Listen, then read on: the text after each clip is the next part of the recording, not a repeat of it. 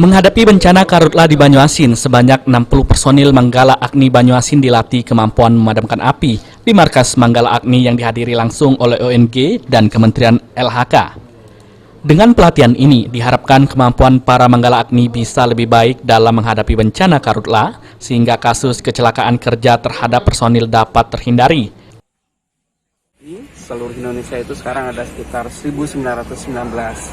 Kalau kita lihat dari persentase kecelakaan ini sangat kecil sekali. Tapi memang tahun lalu ada yang celaka, kena kecelakaan begitu. Ada berapa kasus? Satu orang itu yang di Jambi itu sampai akhirnya wafat ya. Jadi meninggal karena dalam pelaksanaan tugas. Nah itu juga sebetulnya yang menjadi dasar mengapa kita selalu meningkatkan kapasitas dalam hal pelatihan, termasuk juga melengkapi kawan-kawan Manggala Agni itu dengan APD. Nah, dalam pelatihan kali ini akan dilaksanakan untuk 3 hal. Yang pertama, mengenai teknis pengendalian kebakaran hutan lahan itu sendiri. Yang kedua, mengenai kesehatan dan keselamatan kerja, karena ini penting.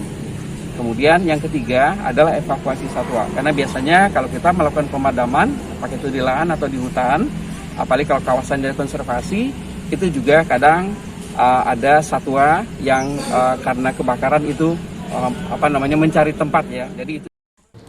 Sementara itu, Kepala Manggala Agni Dal-Ops Banyuasin Maulidin menjelaskan, jika Banyuasin terdapat 3 wilayah rawan karhutla diantaranya Tanjung Lago, Rantau Bayur, dan Rambutan.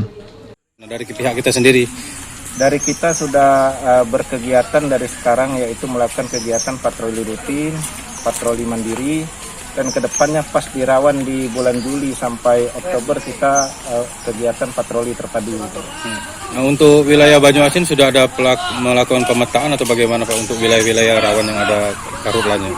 Ya, kalau di Banyuasin sudah kita petakan daerah-daerah rawan, terutama di Kecamatan Rantau Bayur, Kecamatan Tanjung Lago, Kecamatan Rambutan. Itu yang termasuk rawan. Itu 3 kecamatan yang paling. Diperkirakan kemarau tahun 2022 akan lebih kering dibandingkan tahun 2021. Sulaiman, PAL TV.